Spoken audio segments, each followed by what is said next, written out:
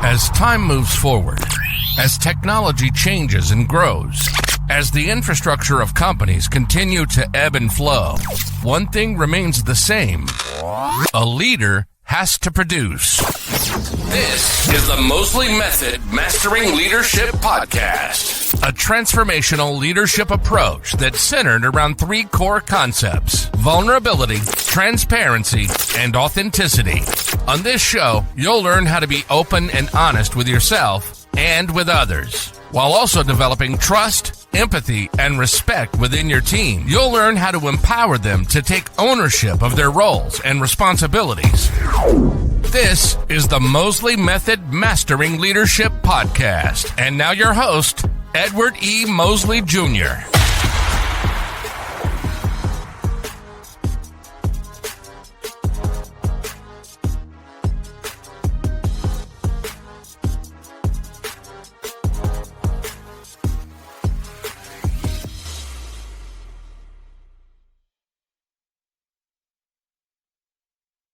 We want to talk about, because that type of discussion is what we need.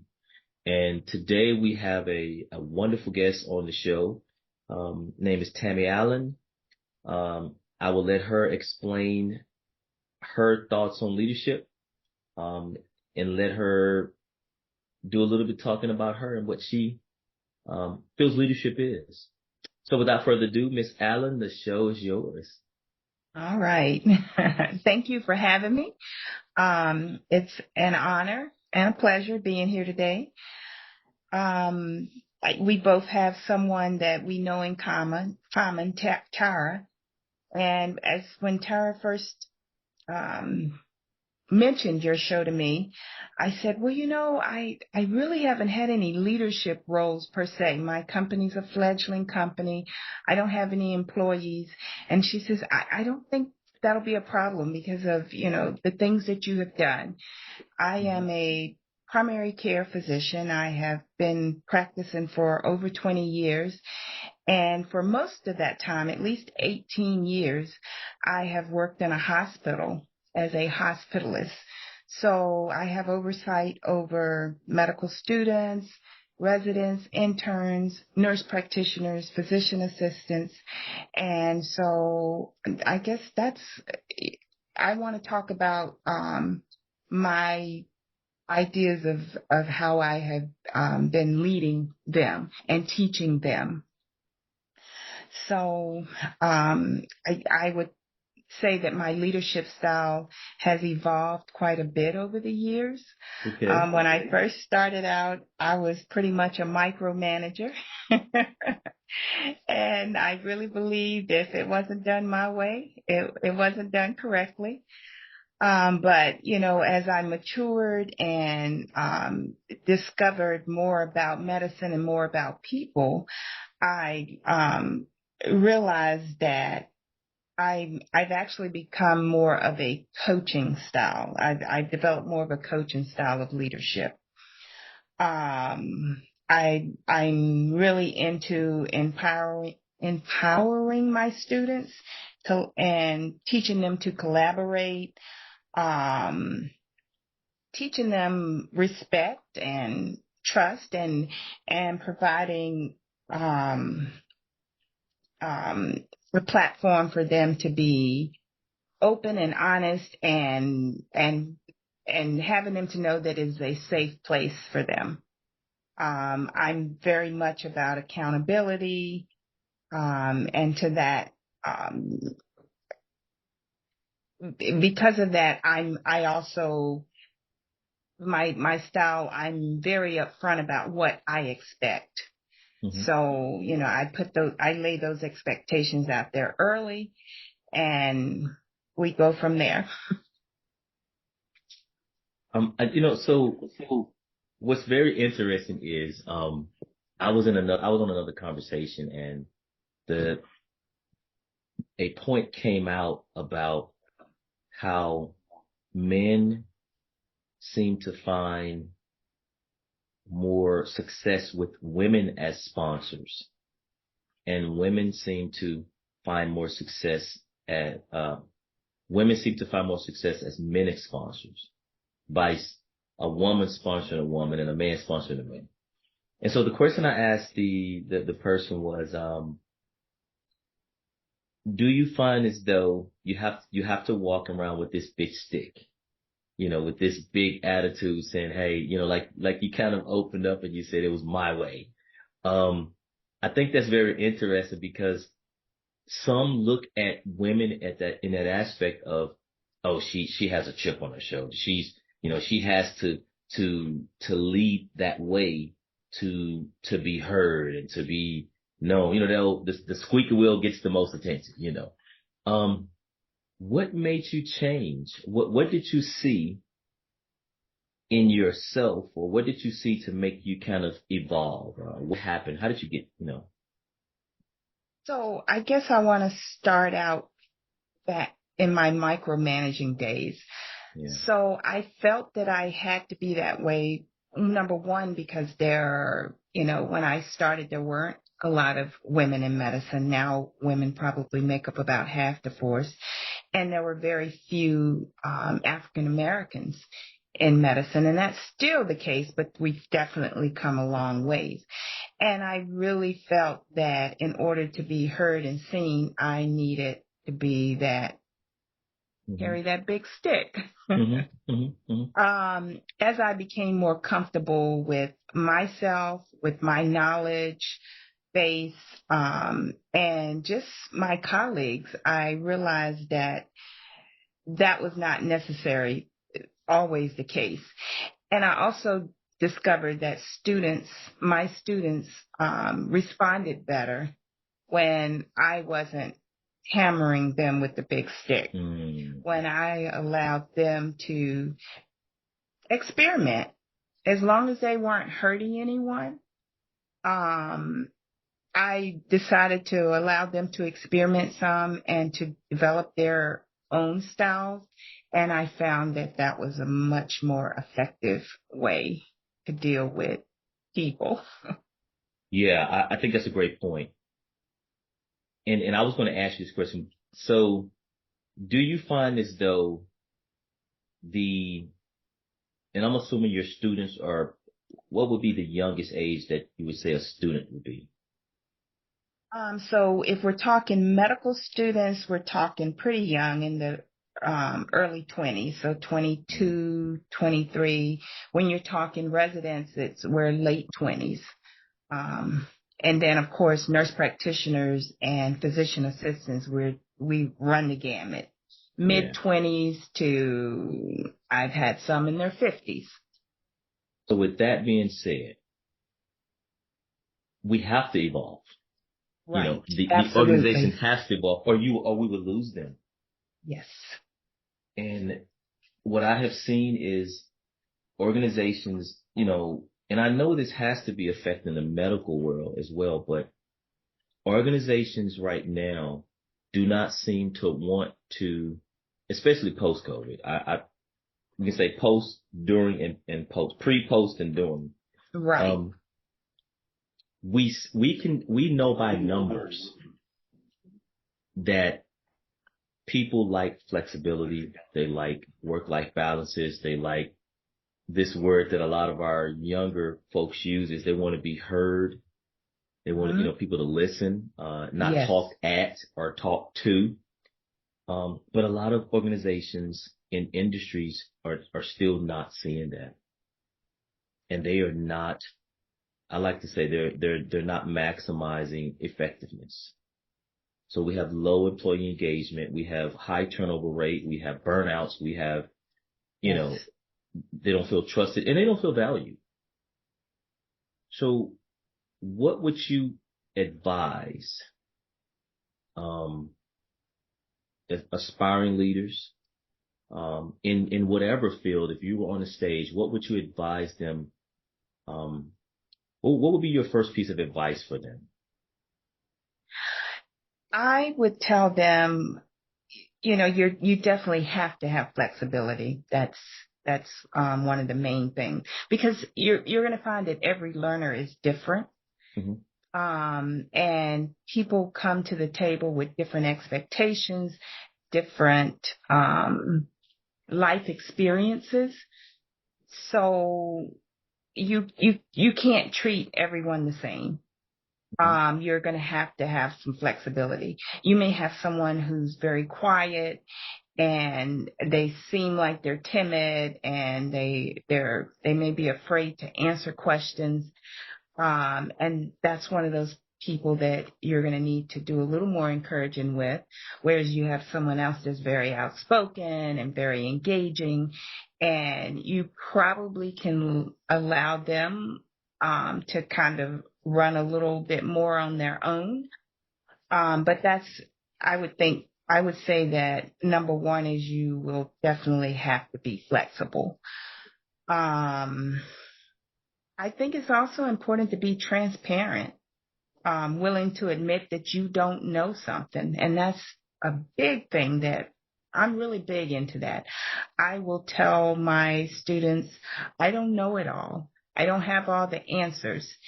And that's the beauty of medicine is you don't have to know it all. You can look for those answers. And just because I do it this way doesn't mean it's the only way.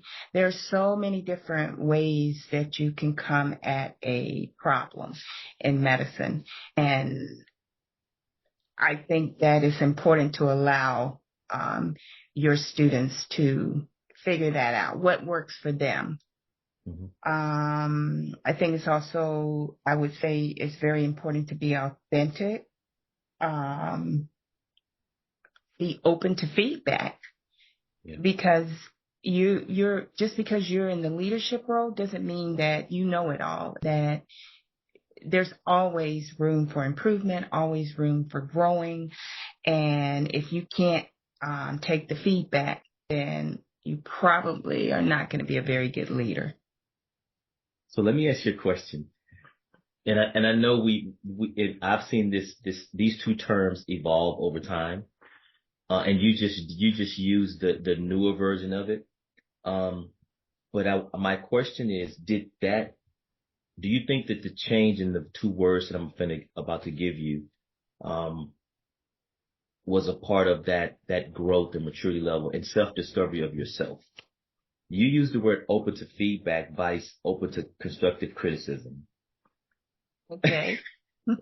we used to always use the constructive criticism.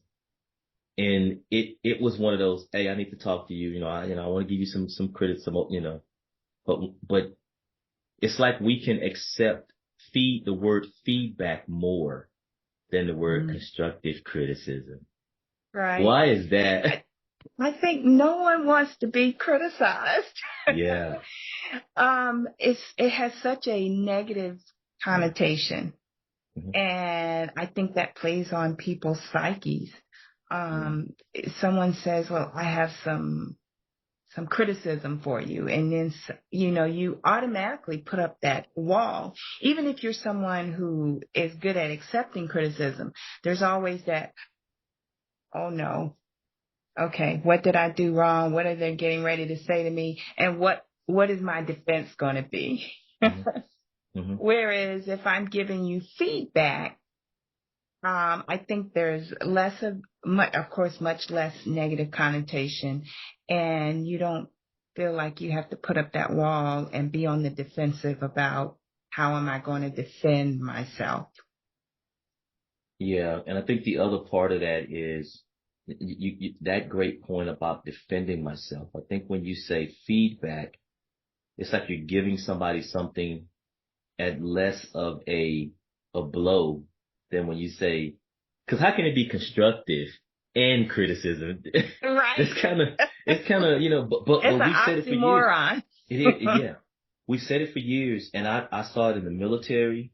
And it's taken so long to even get from the word counseling to coaching. We understand and we look at counseling as like this performance review, and this is what you need to do. You need to do better, or you're not doing this well. And then when we say coaching, it's like, okay, how am I going to coach you to do this better? It's the same thing, but it's just the way you say it that allows my receiving antennas to be open, vice, on the defensive. Right. Right. And I would agree with that. And so you asked me, did that fit? Can you repeat the question of how that fit into my evolution as a leader? Yeah. So when you say the word feedback or constructive criticism, when you say, being where you saw they were more receptive of your kind of your coaching style, vice your micromanagement style, do you find yourself um, almost thinking of their reaction to what you need them to do, vice what you really want them to do?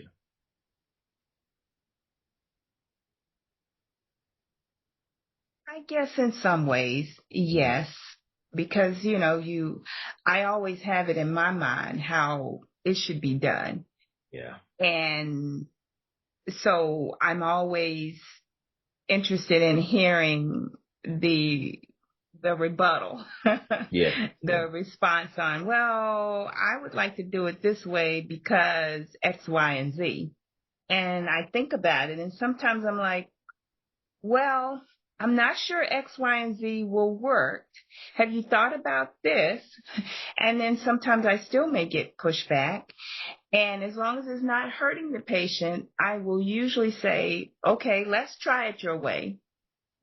Because sometimes I know that their way is going to not be good, but it's not going to hurt the patient, but Yeah. they're going to figure it out in the process. Yeah. How does that's where a lot of leaders and people in leadership positions struggle. They, based on their 20 or 30 years of experience, and then you have somebody with that's new and energetic and interactive, and they did all this Mhm. Google research, Yes. vice real research of historical data of the organization. Um, how does that, as a transparent, vulnerable leader, how does that play? And you mentioned the word expectation. You put it up front. How has that really impacted your patience as a leader? Oh, it's, I probably had very little patience Yeah, in the beginning. I am so much more patient yeah, now. So much more patient. And you have to be, because you have to allow certain things to play out. mhm, And if you're impatient, you're never going to see it and they're never going to see it. And that's the most important thing. They need to see, um, how things may be done differently or how things could play out, if we did it this way versus that way. So yeah, you definitely have to, develop patience and in order to be an effective leader. What about as a woman? As a Mhm. woman, and definitely as an African American woman, how has that all kind of evolved, or patience level longer, shorter, um, and having to kind of, I don't want to say defend yourself, but how has that really played out? And I think your point of defending was somewhat accurate. So what I have discovered as number one, as a woman, you will have male students that don't respect what you say. And then as an African American woman on top of that, they really don't respect what you say. And in the beginning, I found myself arguing with them a lot over, um, different, just different, not necessarily different viewpoints, but different facts. And, I'd come home frustrated and I'd tell my husband and he said, stop arguing with them.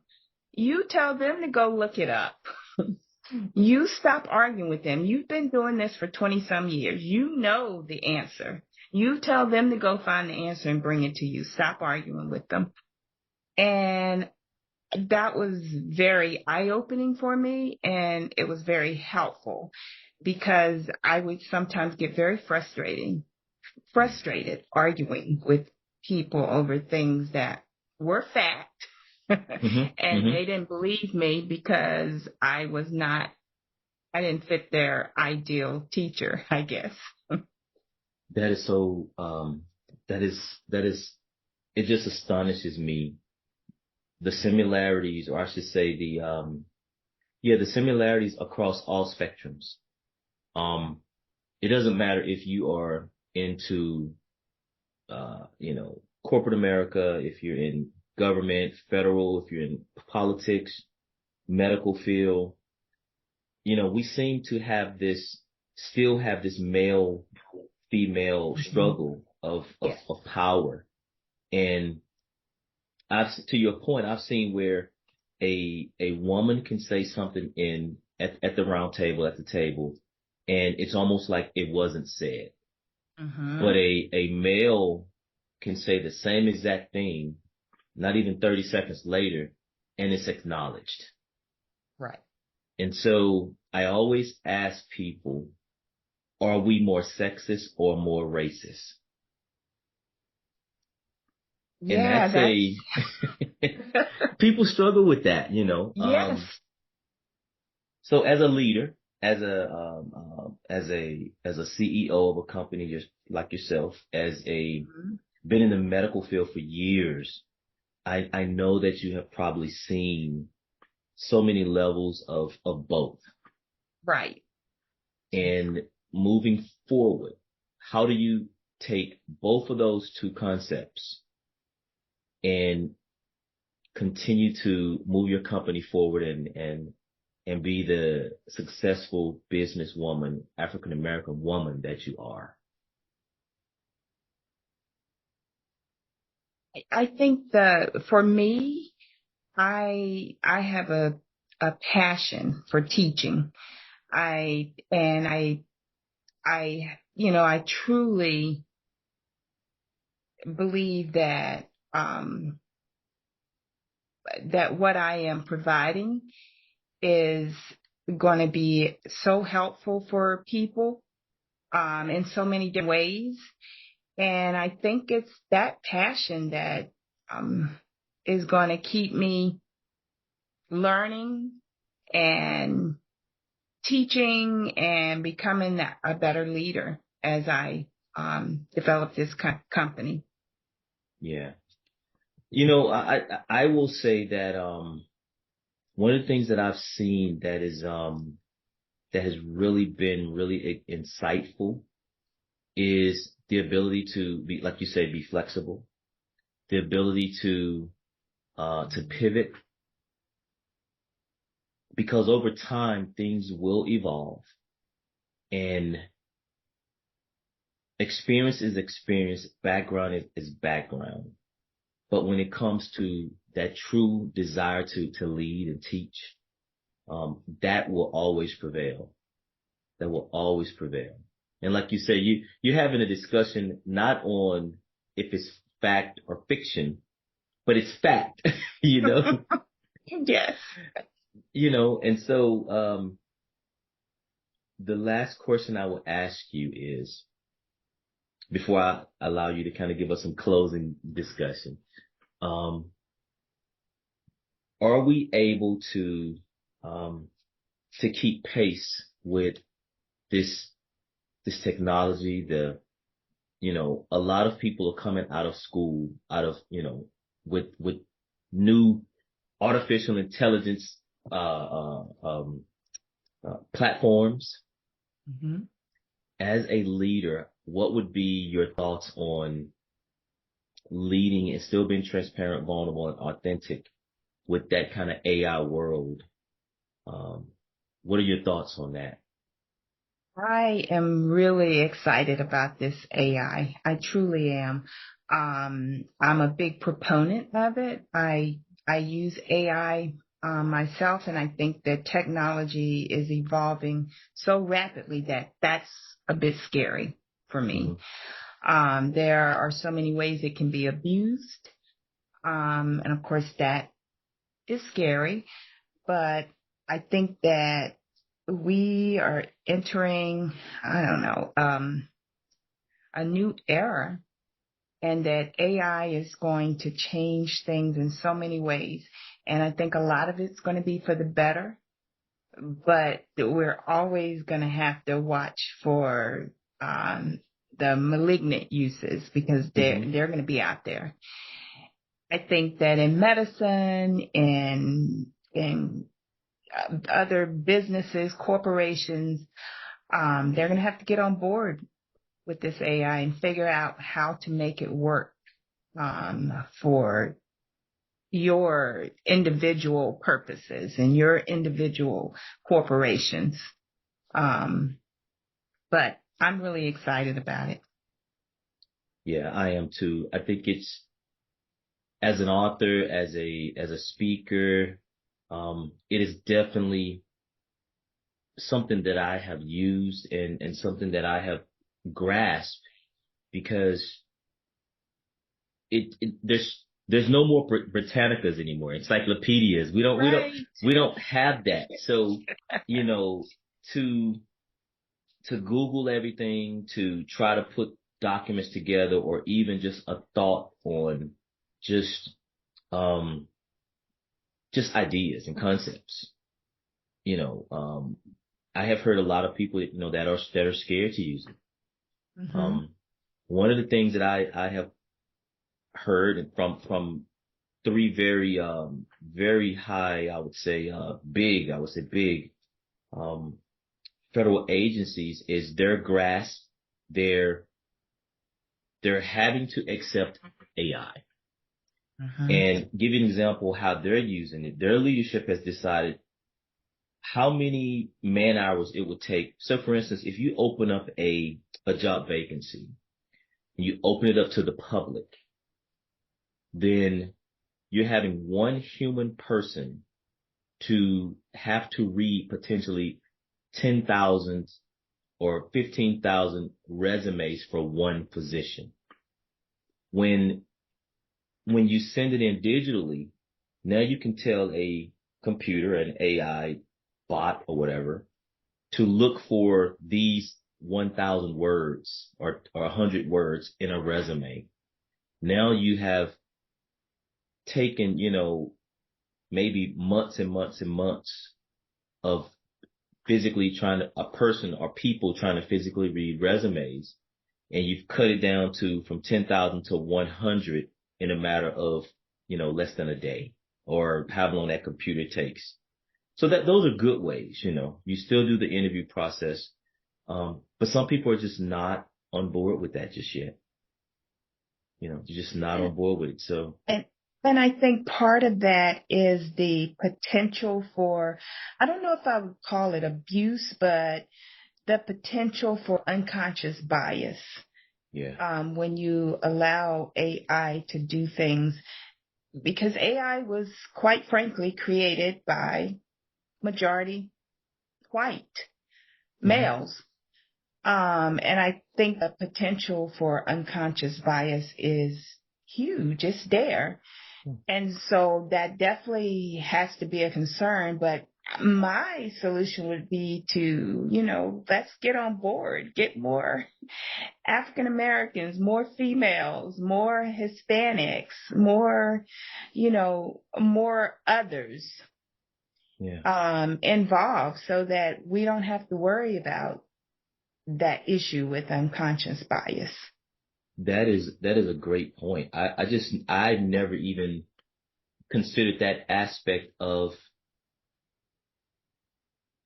because of certain people are already in those positions to build the technology. Mm-hmm. That is an unconscious, it is an unconscious bias on how it was built. Right. Solely because there's a greater population of a certain group in IT world, vice other ethnic groups. That is a great point. Wow, that is a great point.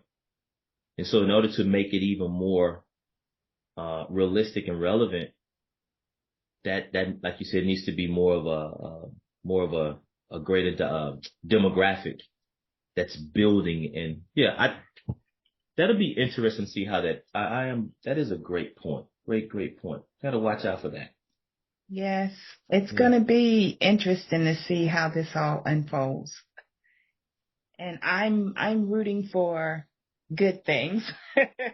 Yeah, you have to. I think that's how we have to live, that based on the power of numbers in the group, AI will be used in the right way, vice the abuse, as you kind of mentioned before.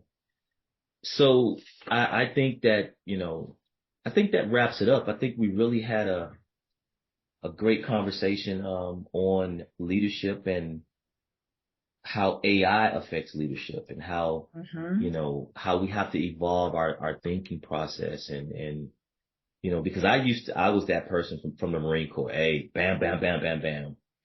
And I'm still that person. If you're supposed to be there at 1:00, we need to be there by, 12:30, 12:40. If we're there at 1:00, we're late, and I do those things in my life too. So again, I want to thank you for just taking the opportunity, and the time to just talk anything leadership, all leadership, from a woman's perspective, from a male's perspective, from an African American perspective. And I wish you the best of luck. I wish your company the best of luck. And thank you. Any closing remarks? Closing remarks. Oh, thank you so much for having me. I really appreciate this. And I would encourage any of you out there that need pre-travel meds to visit my company, Travel Meds to Go. I like it. I like the plug. Okay, got it. Well, Tammy, thank you again for coming on the show. And again, everybody that's out there listening, we hope you can get something from this episode today. You've been listening to the Mosley Method Mastering Leadership Podcast. Edward E. Mosley Jr. has 30 years of leadership experience and is an ICF credentialed leadership coach. And it's his passion to inspire leaders who can foster a safe space where they can empower their followers to take ownership of their roles and responsibilities while sparking collaboration and creativity. We hope you've enjoyed the show. If you did, make sure to like, rate, and review. And we'll be back soon. But until then, find us on LinkedIn, Instagram, Facebook, and Twitter at Edward E. Mosley Jr. To contact the show, send your emails to limitlessboundsteam@gmail.com. See you next time on the Mosley Method Mastering Leadership Podcast.